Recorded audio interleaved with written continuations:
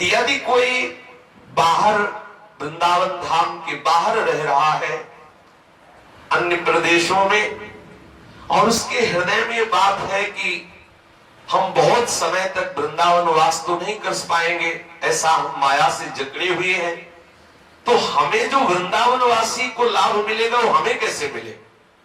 क्योंकि हमारा फिर तो जीवन व्यस्त हो जाएगा, हमें अखंड वृंदावन वास तो मिलने वाला नहीं, क्योंकि हम इतने मोह में फंसे हुए हैं, इतना हम संसार में सत्यत्व बुद्धि किए हुए हैं, घर परिवार में इतना महत्व बुद्धि किए हुए हैं कि हम वैराग्य करके वृंदावन धाम में अखंड वास करें, इतनी तो हमें सामर्थ्य दिख नहीं रही। तो हम क्या करें?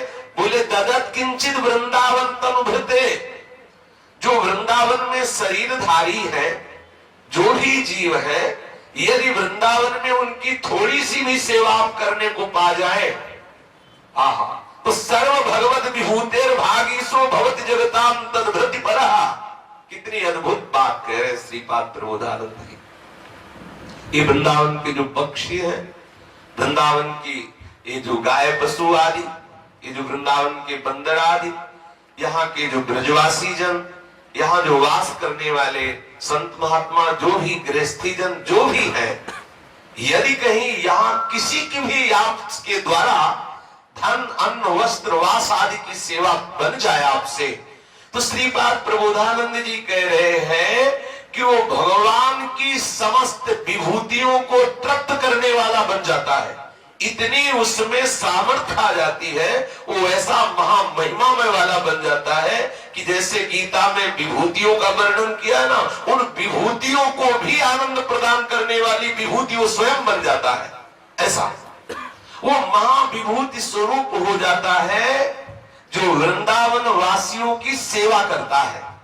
यद्यपि वो वृंदावन वास नहीं कर पा रहा, अखंड वृंदावन वास नहीं कर पा रहा, पर वृंदावन के पक्षियों को, वृंदावन के पशुओं को, वृंदावन के बंदरों को, वृंदावन के जो ब्रजवासी जन है, जो गृहस्थी जन आके रहे, मानो ऐसे गृहस्थी जन है कि भगवत चर्चा सुनकर भगवत प्रेम के लिए लालायित होकर श्री धाम वृंदावन वास कर रहे हैं, उनके पास सम्यक व्यवस्थाएं नहीं है।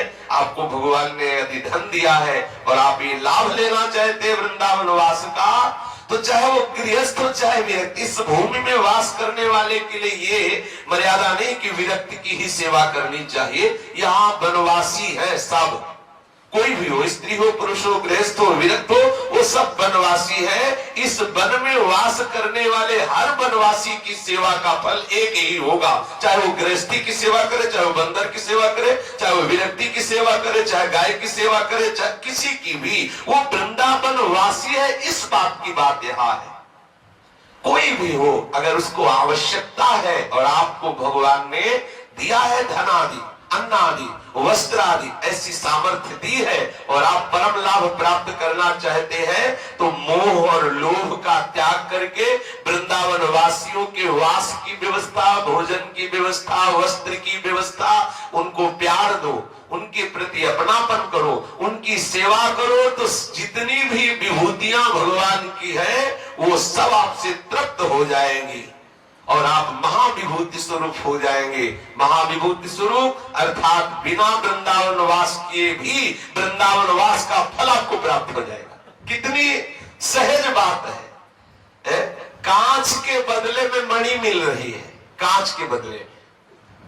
कहां सांसारिक तुच्छ धन, कहां सांसारिक अन्न वस्त्र आदि, और कहां प्रियालाल का कृपा प्रसाद, केवल ब्रजवासियों की सेवा से। जैसे माँ को प्रसन्न करना हो तो उसके बेटे को दुलार करने लगो, कुछ उसको खिला पिला दो, तो माँ अपने आप बोलने लगे। ऐसे माँ से बात करने की तुम्हारी सामर्थ्य नहीं होगी, लेकिन जब आप उसका बेटा जा रहा हो, दौड़ के उसको टाफी दो, दुलार करो और कुछ भी देने लगो, तो माँ अपने आप बात कर लेगी। आप भाई ऐसा क्यों कर रहे हो, दो बच्चा, वो अपने आप आपसे प्रेम भरी बात करने लगे। ऐसे ही हमारे प्रियालाल के लाडले हैं वृंदावन वासी, चाहे वो बंदर हो, चाहे वो पशु पक्षी हो, चाहे वो गृहस्थी हो, चाहे वो विरक्ति हो, चाहे बृजवासी हो, चाहे बाहर का वासी हो, जो यहाँ इस भूमि पर वास कर रहे, वो हमारी लाडली के लाडले हैं। प्यारी जी ने कृपा की तब आके वास कर रहे। इन वृंदावन वासियों की कोई भी शरीर से सेवा, अन्न से सेवा, वस्त्र से सेवा, धन से सेवा, वास की सेवा यदि ऐसा करता है तो हमारे लाडली लाल उस पर कृपालु होते हैं और जो वृंदावन वास का फल है वही फल उसको प्राप्त होता है। ये देखो कितनी बढ़िया बात श्रीपाद प्रबोधानंद जी महाराज ने की।